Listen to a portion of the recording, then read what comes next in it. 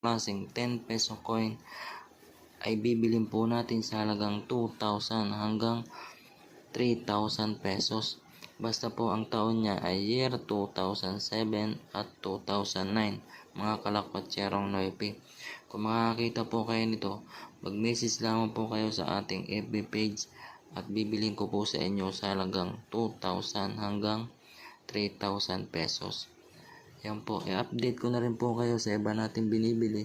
Ito po, binibili rin po natin itong gantong klaseng barya na Leyte Gold Branding 70th anniversary at yung mga commemorative coin po na yan po, mga 4 na klase ng commemorative coin na General Antonio Luna, Miguel Malvar, Apolinario Mabini.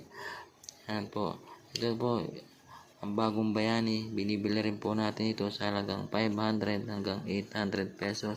Basta po nasa magandang kondisyon.